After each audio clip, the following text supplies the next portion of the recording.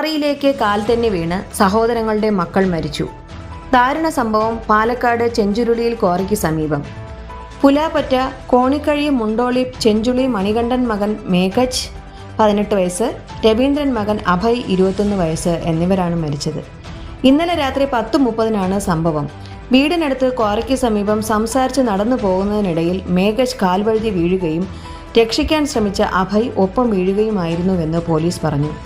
ഇത് കണ്ട മറ്റൊരു സമീപവാസി ഉടൻ പോലീസിൽ വിവരം അറിയിക്കുകയായിരുന്നു. കോങ്ങാട് അഗ്നിശമന സേനയെത്തി തിരച്ചിൽ നടത്തി.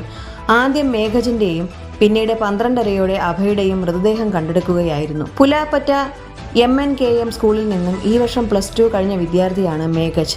നെഹ്റു കോളേജ് 2ാം വർഷ ഡിഗ്രി വിദ്യാർത്ഥിയാണ് അഭയ്. ക്വാറിയിൽ 50 അടിയോളം താഴ്ചയിൽ വെള്ളമുണ്ട്. മൃതദേഹം ജില്ലാ ആശുപത്രി മോർച്ചറിയിൽ സൂക്ഷിച്ചിരിക്കുകയാണ്.